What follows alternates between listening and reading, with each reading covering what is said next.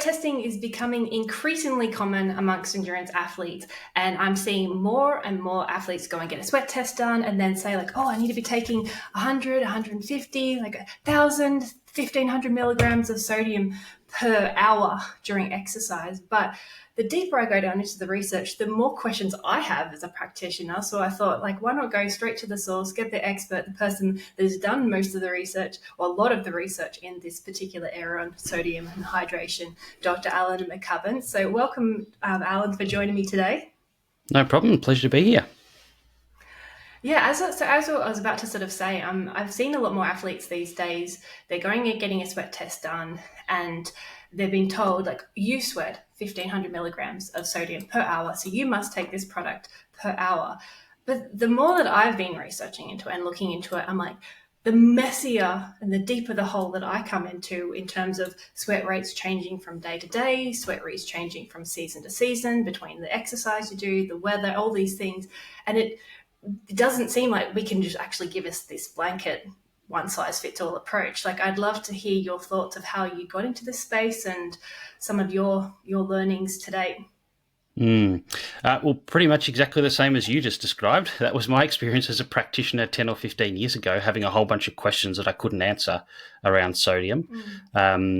So I'm talking sort of late 2000s, early 2010s. And I think the other thing that came about at that time was Tim Noakes, who's a bit of a controversial character, I suppose, but he'd written his book Waterlogged, and he'd done a presentation at a conference I was at, sort of timed with the release of that book. And he just made this offhand comment as part of the presentation. Oh, of course, people with salty sweat are just people who eat too much salt. So if you just eat less salt, you'll have less salty sweat. End of story kind of thing. So I'd never actually heard that concept before at the time. And so I sort of asked him afterwards, where'd that come from? And I jotted down a couple of references and went looking. And it turned out it was from a bunch of research that was done right back in World War II. And so when I had an opportunity to do a PhD in 2016, it was an interesting scenario because it wasn't like it was a project already set up that I was coming into, which is the norm. It was, okay, you're going to do a PhD. What do you want to do? And so I thought, well, this is an interesting area. I've had lots of questions. I had this interesting conversation with Tim and these references that are really old, and nothing, not a lot had been done since. So I thought, well, this is worthwhile looking at because, research should hopefully answer practical questions that we, where there are gaps in our knowledge and we're struggling to answer. And that was exactly the case here. So, that sort of got me down the rabbit hole of sodium and endurance athletes. I never really had a huge passion for it prior to that. So I sort of kind of fell into it out of just curiosity and questions I couldn't answer, and been sort of going ever since. Yeah, so like 15 years ago, then it's been quite a long time that you've been focusing on that area and specializing it. And like, do we have any clear-cut recommendations as to how much sodium on average athletes should be taking during sport, or is it still very, very much up in the air? Yeah, it is still very much up in the air. So the current guidelines, we haven't had really any new official guidelines for close to 10 years now, so they're probably due for an update. But if we look at those guidelines, they're kind of fairly generalized. They sort of say things along the lines of, well, if you've got really salty sweat, you probably should think about replacing some of it. Some of the guidelines give sort of vague ranges, but don't reference what that, how to anchor that around sort of sweat rates or sweat sodium losses or anything like that. So I would say that there is a lack of guidelines around this. And I guess that's what I've been trying to sort of chip away at over the last 10 years, is get us closer to having something practical in terms of guidelines of where you go with that. And, that requires you to answer a whole bunch of questions. Fundamentally, why are we even taking sodium in the first place? Like, what do we need it for? Because until you establish why do we need it, it's hard to then answer the question, well, how much do we need to achieve that purpose? Because that answer could be different depending on why we need it. And so, I've sort of been working away over looking at, what are all those different reasons that we might need sodium, or the reasons that people believe we need sodium, and then trying to work out, okay, if that is true, how much would we need to achieve that? And if this one's true, how much would we need to achieve that? And sort of working through it that way. Yeah, I think that's an interesting concept about the belief of needing sodium, because in my experience, a lot of the belief from athletes is that, like, oh, well, I'm cramping, so I need more salt. I need more sodium because I'm cramping. Whereas, I mean, we don't really know the mechanism about how cramping occurs. Sometimes there may be some role of the sodium and electrolytes, but a lot of the time it's happening in when they're doing the same products and the same types of rides, but it's in a race context. So there's obviously a mechanism sort of going on. And I think we all want this like magic, like it's this and that's going to fix it, but it isn't quite so simple, unfortunately. No, no, exactly right. And cramping, I think, is an interesting one. It's really hard to study for a start. So I think that is a challenge in the first place, and why there's probably not as much research as we'd like in this space. But the latest sort of theoretical model around this paints the picture. It's kind of similar to gut issues during exercise, of a very complicated syndrome where you can have multiple different factors arriving at sort of the same outcome, which is the cramping. And these factors can interact and overlap with each other and be additive as well. And, the hydration sodium piece may be part of that puzzle. Probably from our current knowledge, if it is, it's a pretty small piece of that puzzle, but there are so many other factors there as well. And it's going to be different in each individual, and possibly even different for the same individual in different circumstances. So that does make it really tricky. And I mean, that's a whole podcast in itself. Oh, absolutely. I think that's what I'm thinking about, the sweat testing. That's what and sweat losses. That's something that I've tried to install with athletes that I've worked in, is that really that sweat test, that fluid loss of sweat is really only valid in that exact same scenario, because you sweat. I mean, the understanding I've had is that between summer and winter, our sweat rate and the sodium content in our sweat changes between summer to winter. It changes according to the intensity, and it changes from day to day, even within the same person. And so you could test yourself like once a month for a whole year and get completely different results. Am I right?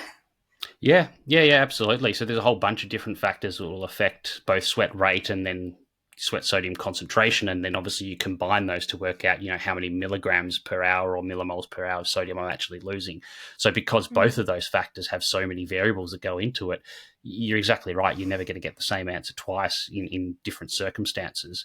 But even if it's just measuring sweat sodium under absolutely identical conditions, we're just doing some work on this at the moment to look at, okay, if I do a test today and I come back in a couple of days' time and do exactly the same test under exactly the same conditions, and what we're doing now is even fixing the sodium intake, so that's identical leading into both tests, you're still getting variations of, probably 5 to 15% from one day to the next. And that's a bunch of different sources of error. Some of it's probably just natural biological variation. Some of it's the actual testing process, and the equipment itself is going to have a margin of error. So you add all of those things together, and I guess you're only talking about a ballpark, not a precise number. And as you said, both sweat rate, so the fluid loss, but then the sweat sodium concentration, you kind of have to build up a profile. It's not like you can do one test and go, that's my number. You sort of have to say, okay, well, in these conditions, it looks like this, but under these conditions, it looks like that. And then what's the conditions I'm expecting for the event that I want to apply this information to, and try and test under conditions as similar to that as possible. But when you get into some of your ultra endurance events, you can start off and it might be 10 degrees Celsius in the morning and 35 degrees Celsius 6 hours later. So even within the same event, it can vary quite substantially from 1 hour to another.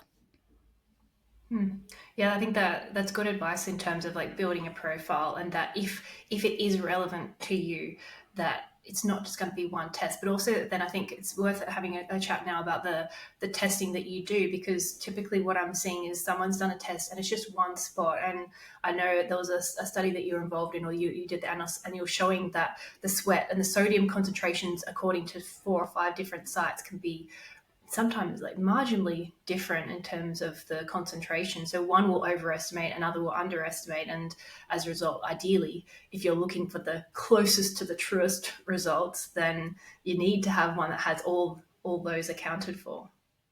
Yeah, that's right. So I guess what's sort of considered the gold standard for measuring sodium loss is what's called a whole body washdown, which kind of amounts to exercising inside a giant plastic bag. It captures all the sweat. When you finish exercise, you douse yourself in either distilled water or some sort of chemical to wash all the sodium off your body, off the bike. It's pretty much the only equipment you can use for this kind of test, because you're going to destroy the electronics in a motorized treadmill or something like that. And then you have to take all your clothes off, leave them in the bottom of the bag, hop out of the bag. You take the bag with all the dirty clothes and the sweat and the water or chemical or whatever, is swirl it around and then grab a sample out and do some calculations. It's a really cumbersome method and very difficult to kind of Yeah. simulate the real world with that kind of technique. Very expensive, obviously, and there's probably only Mm. 3 or 4 labs in the world that even use that technique. So instead, you're right, we try and collect sweat samples from different parts of the body and then try and extrapolate from that what that's going to look like for the body as a whole.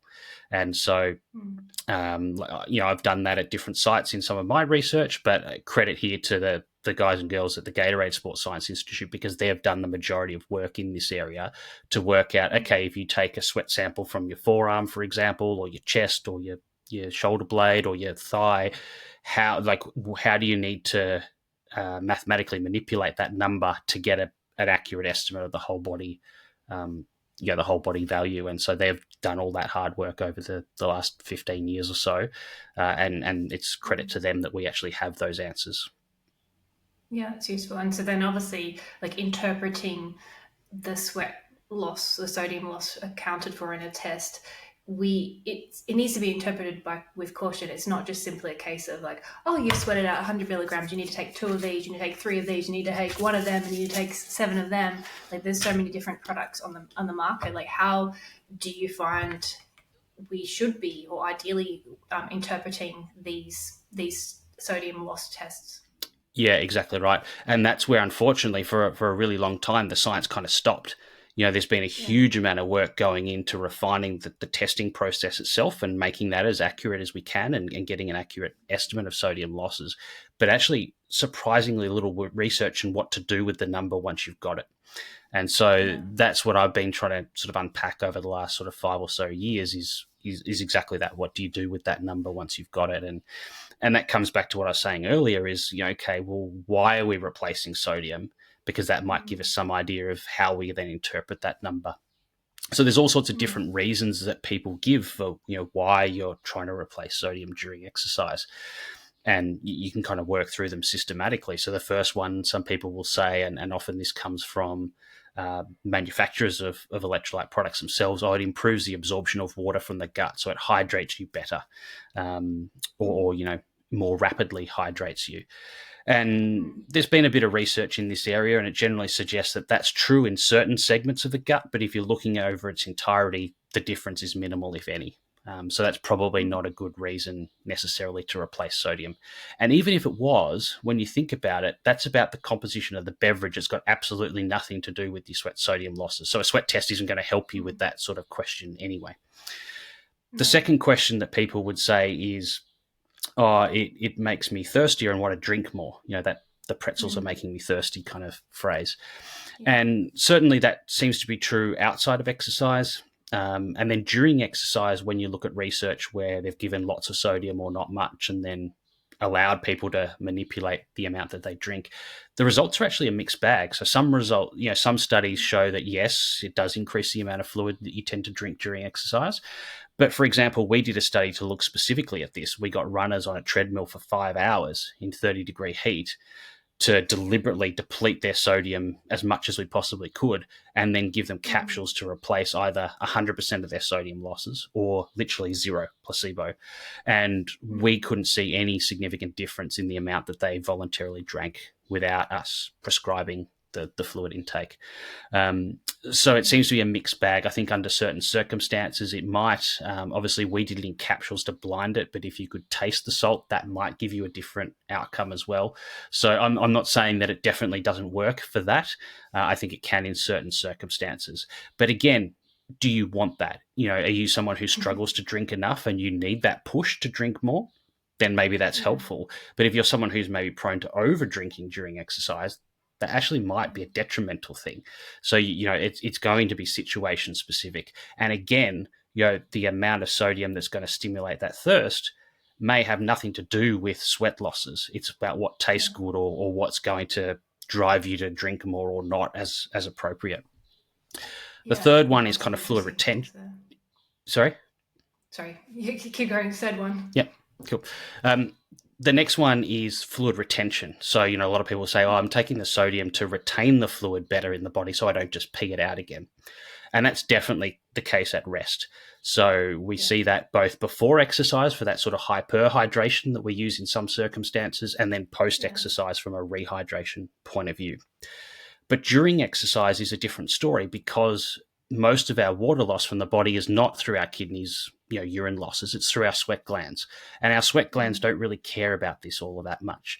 You have to become significantly dehydrated before your sweat glands are actually going to start conserving water because they're more worried about controlling body temperature. And if we start reducing Yeah. our sweat output, we're going to compromise that. And that's probably not Yeah. going to be a good thing in terms of heat illness. And so we really don't see a dramatic effect of sodium intake, retaining water, quote unquote, in the body better during exercise. Um, the only exception to that might be if we're over drinking during exercise, but we shouldn't be over drinking during exercise anyway. So it's kind of a bit of a moot point. Is Then it you get over into the drinking in general, or is it over drinking more like water over a drink that does have some of those electrolytes in it? well, probably any drink that you're going to over drink will dilute the Yeah. sodium in your blood. Obviously, plain water will do that more than Faster. Yeah. a saltier drink. It's going to do that faster. So adding some sodium will help a little bit with that, but it's not going to help much if you're drinking 150% of what you're losing during exercise. Yeah, I We did talked about find the it quite cramp. interesting when I was reading through that.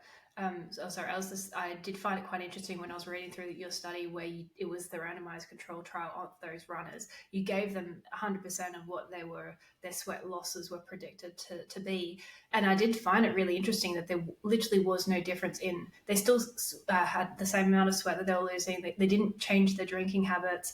The difference seemed to be more. There was more difference like 24 hours later in terms of hydration status, perhaps, but in terms of during exercise, which is in my experience a lot more athletes are more concerned about, like, this is the problem, I don't care about what happened afterwards, like what happens during the race or this big event that I'm going to do.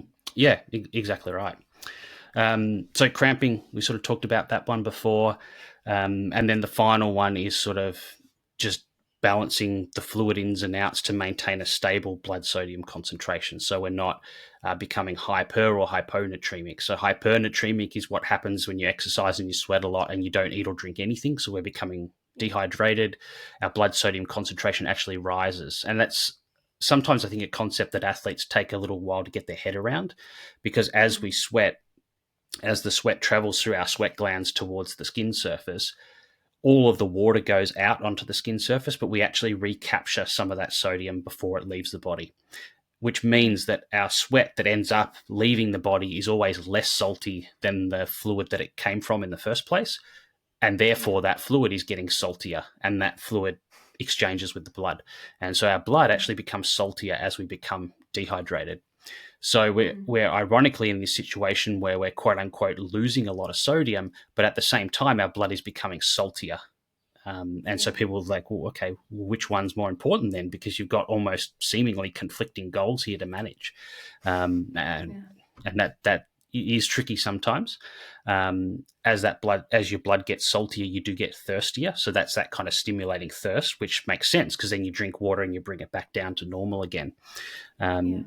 But you can be in a scenario where if you're replacing a lot of your fluid losses, the reverse starts to happen. So once you start drinking to replace more than about 70% of what you're losing water-wise, you will start to dilute your blood sodium if you're not taking any.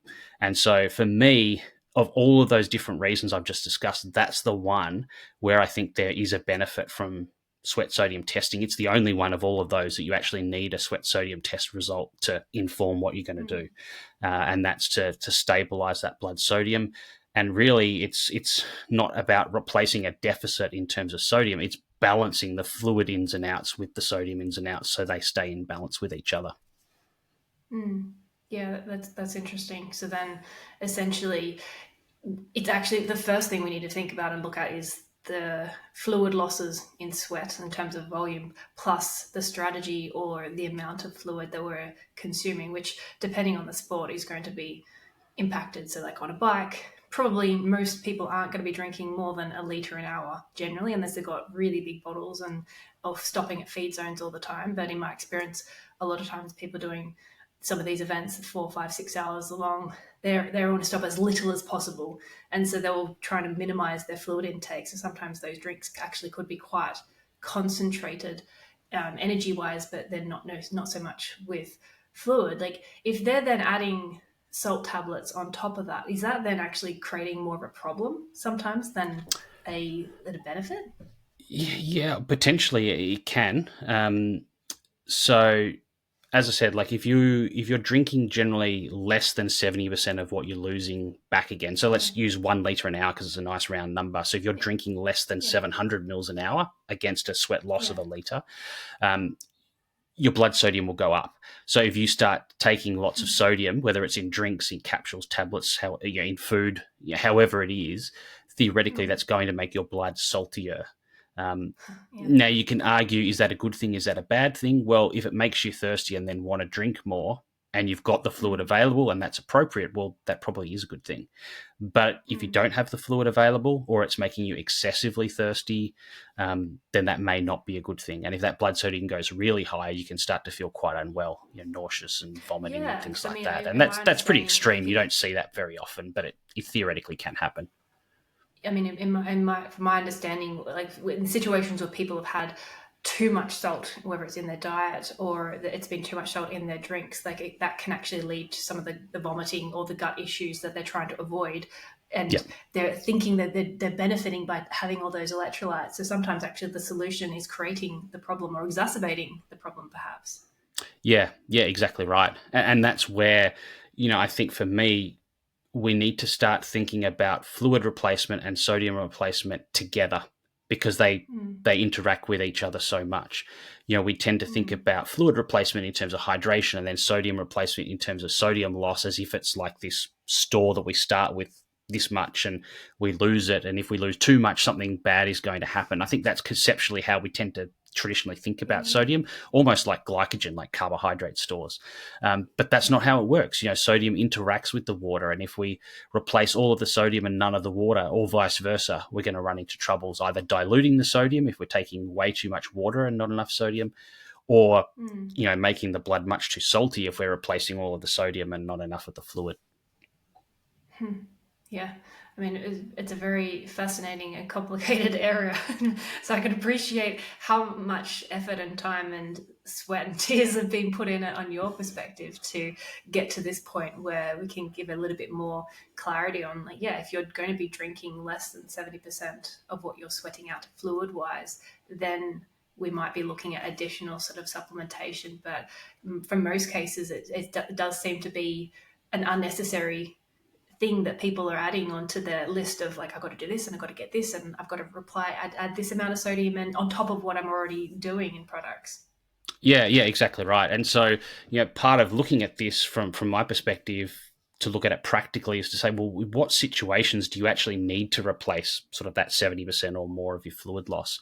Um, Mm, and you can mathematically model that out. It's not particularly difficult to do. And when you do that, what you see is generally you have to be losing more than about 5 liters of sweat in total to actually mm, need to okay. drink more than sort of 70% of that loss to Yeah. maintain your hydration within kind of a reasonable, within that kind of 2-ish% body weight loss at the end of the Interesting. exercise. And so that generally tends to be more of the ultra endurance stuff. You're getting into sort of events of maybe Yeah. 5-6 hours or longer. As a general rule, if it's really hot, it might be a little bit shorter than that. Mm, Some people argue, oh, well, what about the sort of the slightly shorter but really high intensity events where, you might be doing maybe a criterion is probably too short, but like a short road race on the bike, for example, or an Olympic distance triathlon, maybe a couple of hours, but a really high sweat rate, 2 liters an hour or mm, something like that. And my argument would be, okay, well, yes, you might be losing that 5 liters an hour. So theoretically, you'd want to replace more than 70% of your fluid loss. But mm, 70% of 2+ liters an hour, that's a lot of fluid. You're yeah. probably talking, 1.5 liters, in that realm per hour in Yeah. a very high intensity environment. You're probably not going to be able to access that much fluid without slowing you down. You're probably not going to Yeah. Or tolerate it feeling from a sick. gut perspective. So it's probably irrelevant in that scenario anyway. So I usually suggest that, you probably, unless your sweat loss is less than about 1.8 liters an hour, achieving more than Mm, 70% is pretty unlikely for most people. mm.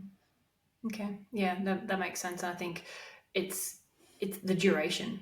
of that. And I think this is definitely where, I mean, I'm often recommending athletes, like we test our nutrition and training, but I'm getting more and more people to test their sweating, even if it's on a very crude level of like weight before, weight after. And Yep. because that is, I think it's the most relevant to every day. It's most accessible because if you can then build up that profile of, okay, in these environments, I'm sweating approximately this range of fluid per hour over the course of those hours, but I'm only drinking this much. And most of the time, you'll probably find that you are actually drinking enough to meet your demands with the products that you're using. I mean, with the most of the electrolyte, most of the energy drinks that people are using these days have electrolytes in them to meet at least minimum requirements or minimum expectations of what we think is necessary. And then it's the case of then the season to taste and testing and adding more if relevant. Is that correct?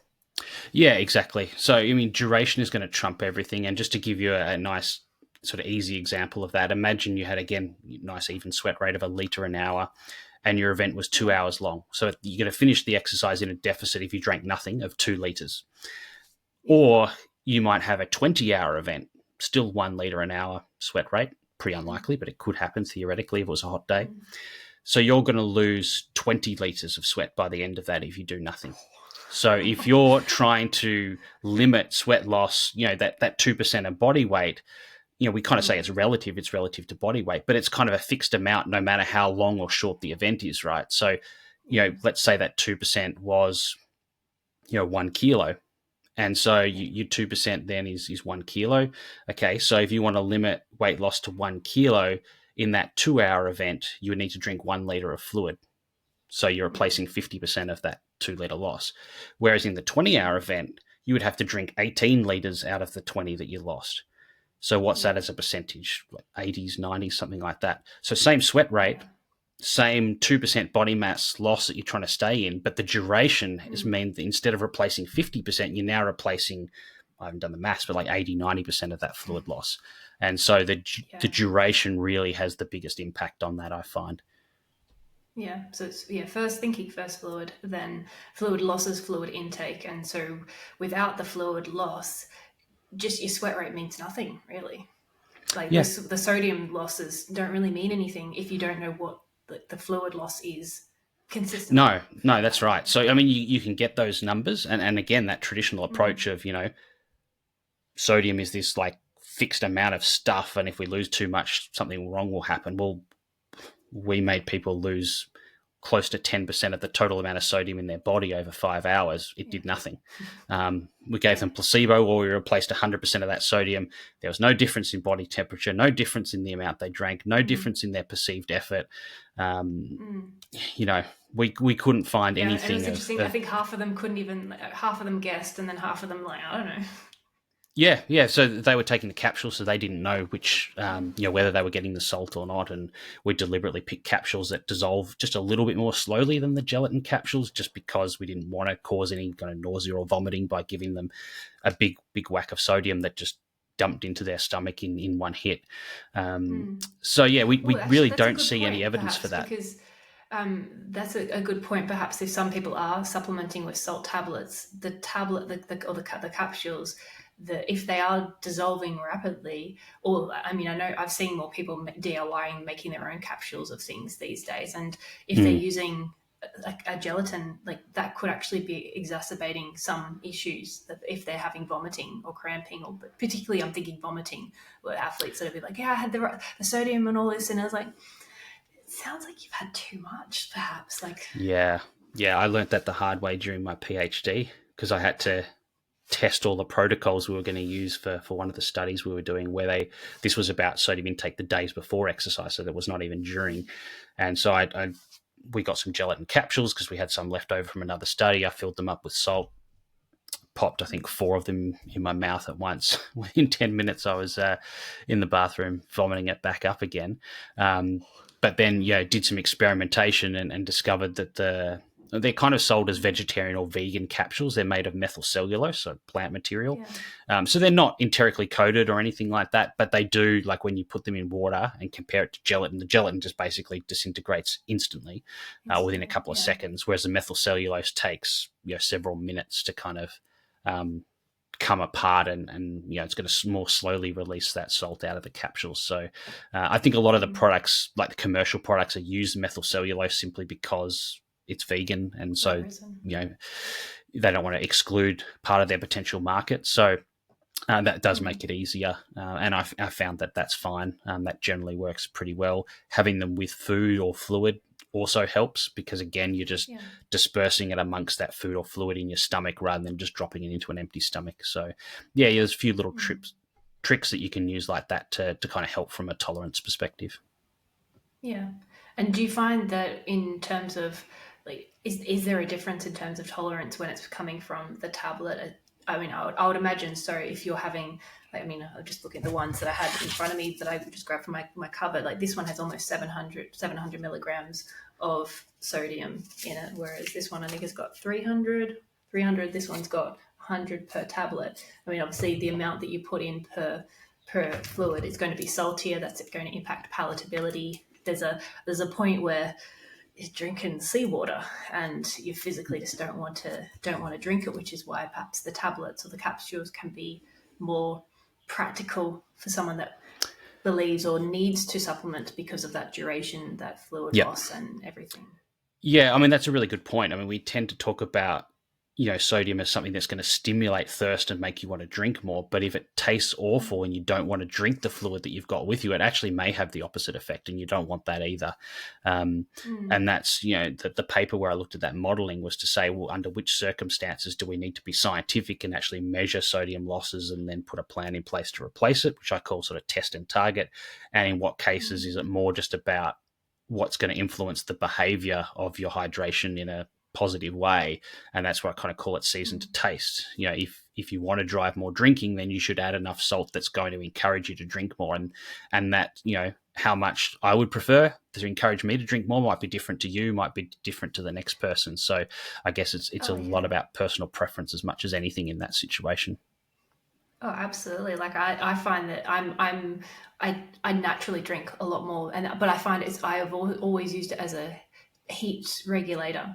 So I can often drink twice as much fluid as somebody else. So I will tend to go for a lower concentrated product, or I'm adding less electrolytes in there because I'll want to drink more than somebody else that goes around on a 4-hour ride with one bottle, and I've drunk 4 bottles compared to their one. But this is why it's so important to test and know yourself and know, like, do you need to drink to a plan? And sometimes that plan may be even just to hold yourself back because you're like, okay, I need these 2 bottles to last 2 hours because there's no fluid stop until here and I can't replace it until that sort of time point. Yeah, absolutely. And I think one of the most valuable things that I've learned, and this is from working in a research lab at a university where they study mostly gut issues in runners. And I mean, that's not my area of research, but I'm just lucky to sort of be hanging around while they're doing it. But one of the things I've really learned from that and then incorporate into my practice is that when you're doing those sweat loss measures, is traditionally we just measure weight before and after and any factors like food and fluid that you consume, toilet stops to correct the changes in body weight, and that's kind of the end of it. But what I've learned to do from those guys is to capture how much fluid did you take with you, what percentage of that fluid did you drink, and what percentage of your sweat loss did you ultimately replace, what was your level of gut tolerance at the end of the session, and what was your rating of thirst at the start and the end of the session. And these, they seem kind of trivial, but once you have that information, all of a sudden that sweat loss data that you have instantly has this whole new layer of context that you never had before. All of a sudden you can start to answer questions when, if I'm not drinking enough, why am I not drinking enough? Is it because I just didn't bring enough fluid with me? So it's just an organizational issue. Was it because I couldn't tolerate it from a gut point of view? So I got to go away and do some gut training. Was it because I drank to thirst and thirst didn't really tell me to drink enough? So maybe I've got to calibrate how I interpret my sense of thirst, or maybe deliberately kind of plan to drink, slightly ahead of that thirst, or, a little bit more aggressively. Or in the flip side, maybe I drank too much. And so it's maybe, well, I don't need to carry as much fluid with me. Maybe, as you said before, I actually need to limit that a little bit to stop my habit of over drinking during exercise. So yeah, having that extra information just gives you so much more richness to the data that you're capturing, and answers the questions of now what do I do with this information? Yeah, getting curious of like, okay, why did I take it with me and then I didn't drink it? Like, what's the reasons behind that? Is it just I Mm, forgot or the con? Because then you can course correct where and if yeah. necessary. Because yeah, you might not be. Some people might be only drinking that one bottle because they may have a really low sweat rate, whereas I may have like 4 times the amount of sweat that I'm losing compared to them. And this is where, when you know yourself, you can actually then apply your fluid. And this is where I think nutrition is, it's, I mean, it's the more I research, the more I learn, the more complicated I feel that it becomes. But it's planning, if you're planning for an event, it's not just the energy, the nutrition, the carbs. It's then how are you going to deliver them? Is it in your bottles? Is it in your food? Is it in gels? And putting all those puzzle pieces together in a situation that works for you, because it's going to be different compared to somebody Oh, else. totally, totally. And I think, a good example of that is how you interpret thirst. You know, Mm. there's a lot of people out there that just drink to thirst, either because there has been that message, it has been a strong message out there that if you drink more than thirst, you can overhydrate and cause problems, and that can be the case in some Mm. people. Um, but two things: one, thirst doesn't always guide you to where you need to go. So for some people, it's not going to guide you to drink enough. In some cases, there are documented cases where people ended up overhydrated and with hyponatremia because they quote unquote drank to thirst, which is exactly what that strategy is supposed to prevent. But the Yeah. second part to that is drink to thirst in itself is not a all encompassing plan. You can't drink to thirst if you've got no fluid to drink. And so there still has to be a planning element of how much fluid am I likely to need, even if I am going to use thirst to decide how much of it I'm going to drink on the day. If I run out of fluid, I can't drink to thirst. Yeah. Yeah. No. Yeah, it's a good point, and there's so many different factors to consider. If we have time, we were talking before about, as an example of a case study of something very quick, a common experience of someone's done an event, they've had a sweat test, and they're like, okay, now what do I do? Do you have time to run through that Yeah, quickly? yeah.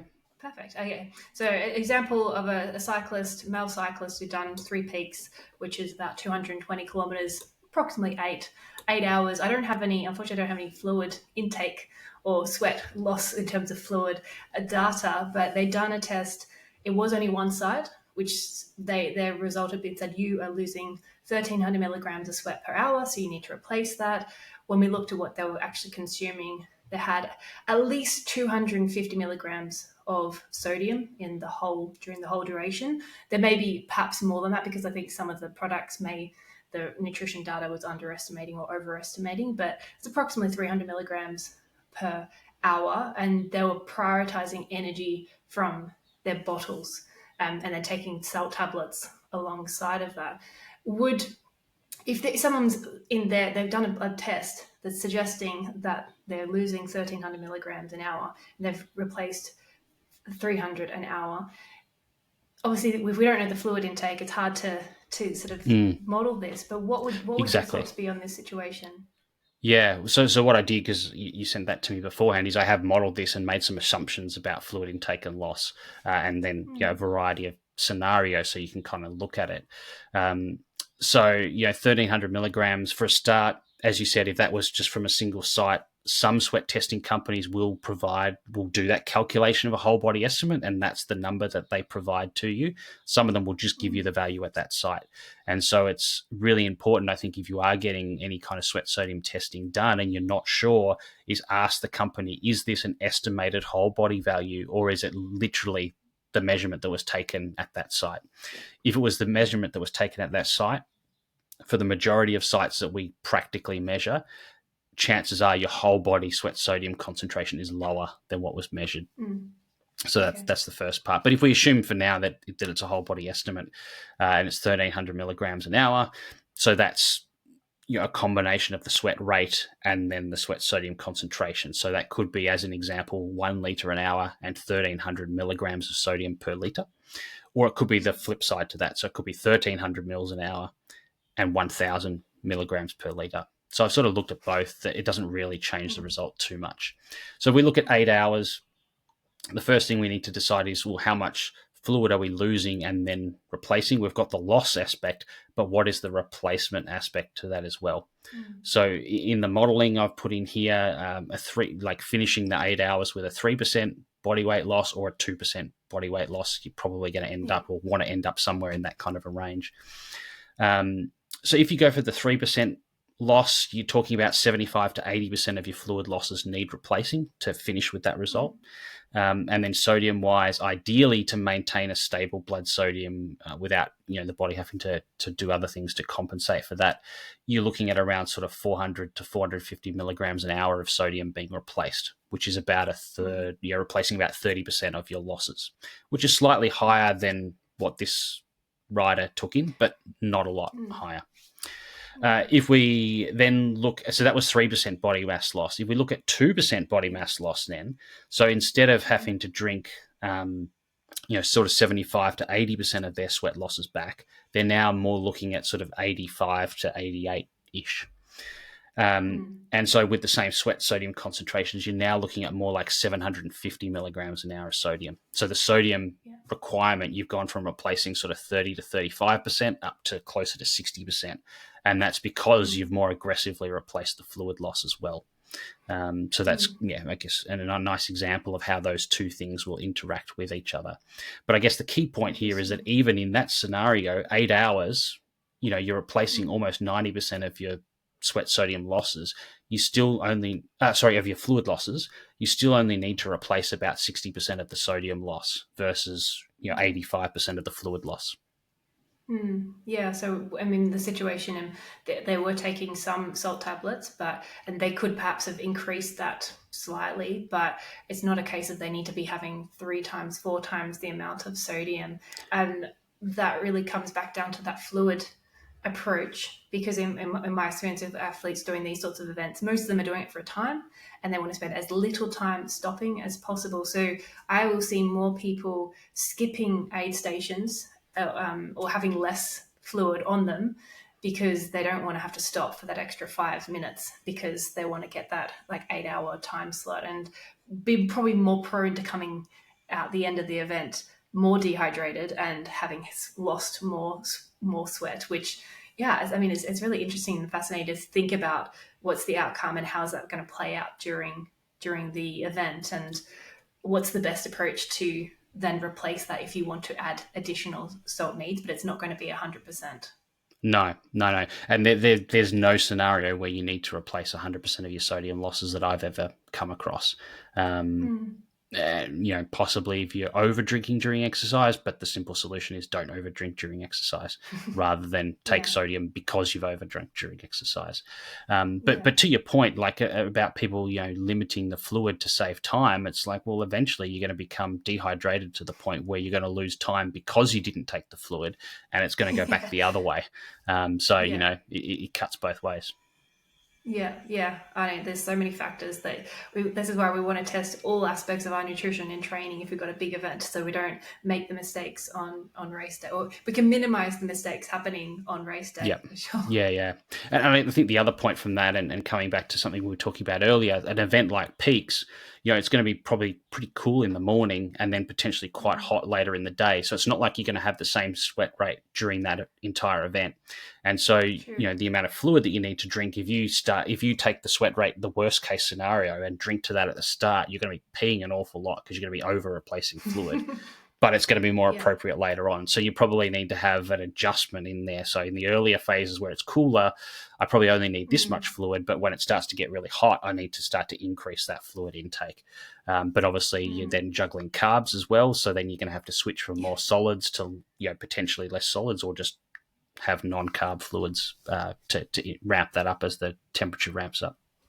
Yeah, I think it's then thinking ahead of like those events and those races and those rides and mapping them out a little bit into chunks. I mean, I'm just thinking ahead of there's a ride I'm planning to do, a 200K ride I'm planning to do this Saturday. And I was looking at nutrition just from the energy and where the planned sort of stops are. And there's like, okay, the first 2.5 hours is going to be like flat and like probably sitting on wheels to try and get to until the climbing begins. And then it's just like climb. And then, so each of those different blocks is going to take different amounts of time, going to have different effort, and the fueling hydration strategies of like, okay, I can buy stuff here, but then there's nothing for 60 kilometers. So you've got to space it out and be practical and think ahead of that. Yeah, absolutely. And, it's easy when you're riding in the pro peloton and people can hand you unlimited numbers of bottles out a car window whenever you feel thirsty. Yeah. But, the rest of us don't have that situation very often. And so, you do have to Yeah. plan ahead for it. And, obviously in a course which has varying terrain or varying access, like not regular access to both food and drinks along the way, that certainly becomes more challenging. And we see that both in ultra endurance cycling events, but then in the trail and ultra running space as well, and 24-hour events where you're potentially going overnight as well, where it may get even colder and your sweat rate goes down to hardly anything, because Yeah. the intensity of exercise is quite low, and so you're just sweating very little in cooler weather. You definitely need to make those kind of adjustments. And then, as I said, adjusting Interesting. how you're going to get your carbs, because if you're not drinking enough fluid, you don't want to start missing out on the carbs because you're not drinking enough. Yeah, lots of things to sort of consider, and this is why there isn't a one size fits all approach, but it's the experimenting, learning what's relevant to you and the riding, the running, the sport that you do, how you experience your fueling, sorry, how you hydrate naturally, or if you need a plan, you drink to sort of thirst, and I think for me the key message I've taken away from this conversation and the research and the reading I've done is that there's very few situations where you need to be supplementing more than 50-60% of those sodium losses, if Yeah. that's my interpretation correct. Yeah, correct. The only exceptions to that might be some of the really long ultra endurance things where you're Yeah, the losing maybe ultra. 20 or 30 liters of sweat over the entire event. Um, Mm, but bearing in mind, obviously, the longer the event is, generally speaking, the lower the intensity of the exercise, the lower the sweat mm, rate is. And the lower the sweat rate is, yes, it might be, replacing 80% of your sodium losses, but it's 80% of a pretty small sodium loss, as opposed yeah, to maybe a higher intensity event where your sweat rate's quite high. It might only be replacing 30%, but it's 30% of a much larger sodium loss. So the yeah, percentage numbers can be a little bit deceiving. You need to put that together with the milligram an hour amount to see how that kind of plays yeah. out. That's really helpful. I appreciate your time. Before we wrap up, do you have any final words of wisdom to share? Um, one thing I was going to mention I didn't earlier is sometimes there are situations where you actually can't do sweat rate testing. So, for example, if you're in Europe in the middle of winter and you're training for an event on the other side of the world in summer, you actually Mm, can't simulate the conditions that you need to do the relevant sweat rate testing. It could be vice versa, summer for a cooler weather event, whatever it is. There is mm, now an online calculator that can estimate sweat rates in different combinations of conditions. So if you interesting. can't measure that, you can get a pretty good estimate, and that's been put together by some physiologists at the University of Canberra and the University of Sydney, and it's just called Nice. sweatrateCalculator.com. If you just go there, you Okay. can do estimates for both indoor and outdoor running and cycling. You just put in all Mm, your details, and it'll spit you out an estimate of sweat rate under those conditions. So I think for me, that's been as a practitioner, a big yeah. game changer, because there's been a lot of times where I've either had athletes that I'm working with where we don't have that data, or it's just not possible to get the data. And so that's a very Yeah. quick way to get, it's not obviously perfect, but it's going to be a pretty good Yeah. estimate of what we might expect under different conditions. We can plug it in, you know, under nighttime conditions if it's an overnight event, early Yeah. morning, and then the middle of the day, and see how it changes across those different conditions as well. So that's been Yeah. really helpful for me. But I think if there's one thing I want people to take away around the sodium side of things, is that the sodium and the water are intricately linked, and we can't really Mm, plan one without the other, and especially the sodium. We can't really plan the sodium unless we know what we're doing with the fluid. amazing. Well, thank you very much for your time. I really appreciated learning again from you. Not a problem. Pleasure.